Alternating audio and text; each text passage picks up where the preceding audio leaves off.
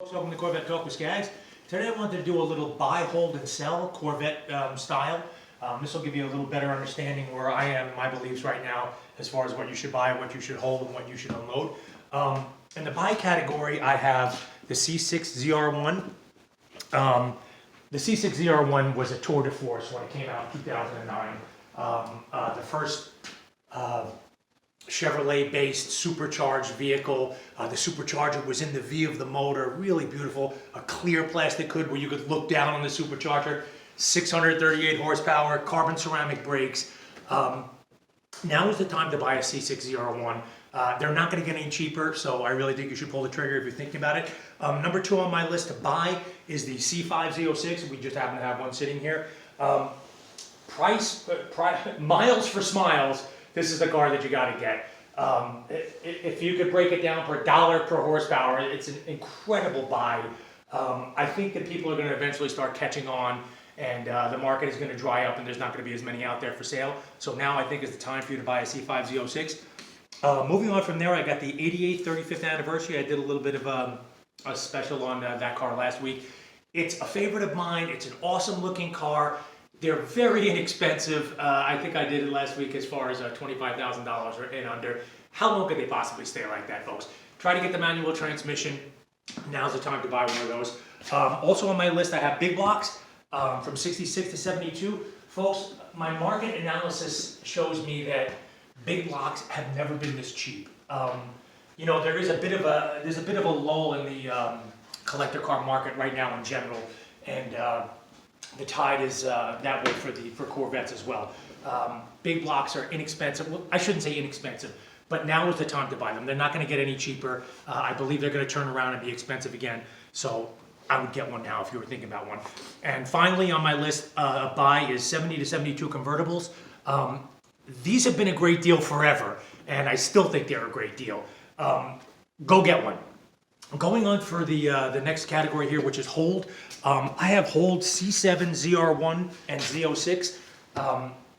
The C7 is the final front engine Corvette. There's not going to be any more front engine Corvettes.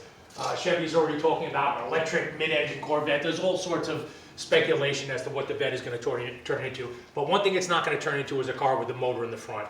The C7 was an incredible vehicle. The ZR1 and Z06, the ZR1 had 755 horsepower. You could just brag about that with your buddies. It's just amazing.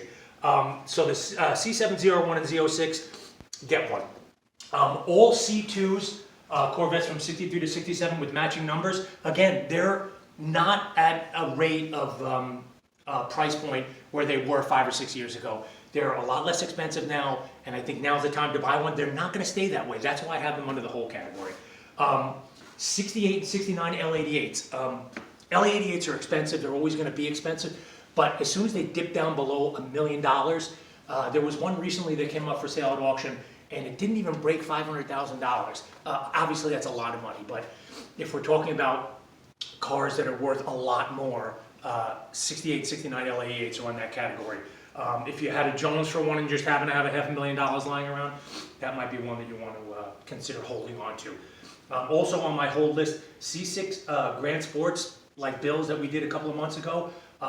Those are special cars new, and they're going to continue to stay special, and I think you should get one now. It's a good time to buy one. 68 and 72 C3s with documents, okay? What I mean by that is paperwork. Ownership history, Protecto plates, registrations, if they were restored receipts. So no stories, 68 to 62 C3s. Hold on to those. They're going to become expensive eventually. Sell, folks, 74 to 79 C3s are just not popular. They haven't become popular. I love them. Don't get me wrong. If on the sell list here or anything that looks like I'm bashing, I'm not bashing. I love all Corvettes. But if it's going to come down to a buy, hold, and sell, I'm telling you right now that you might want to unload your 74 to 79 C3.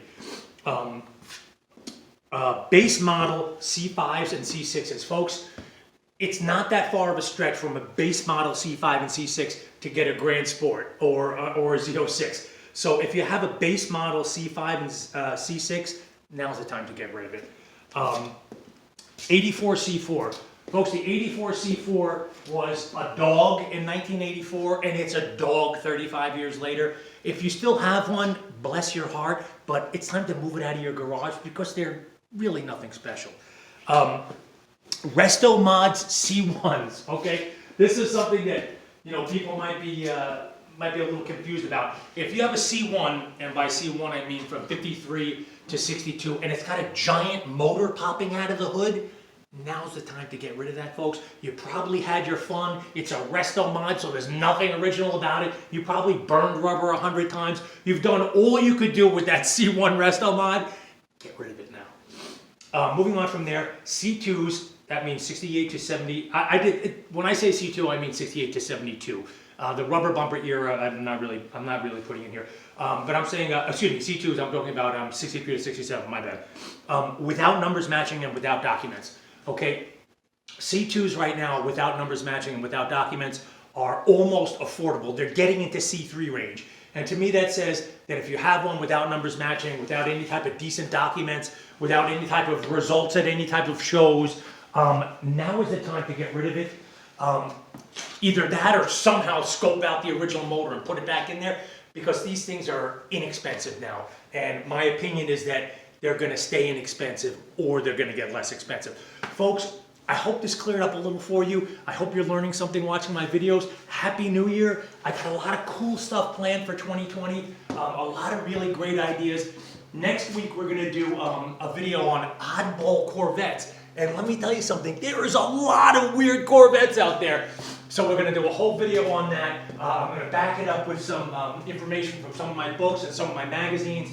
It's going to be a fun video. Moving into 2020, I'm going to do a whole segment on specific Corvettes. I think I'm going to do the first one on the Greenwood Corvettes. And you'll see, it's going to be really exciting. Folks, have a safe and happy New Year. I hope you're enjoying my videos.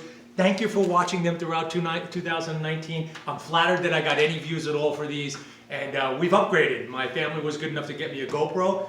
So we're getting rid of the cell phone, folks. And we're going to do our videos with a GoPro. So thank you so much. Have a great New Year's, and we'll see you next time. Thank you.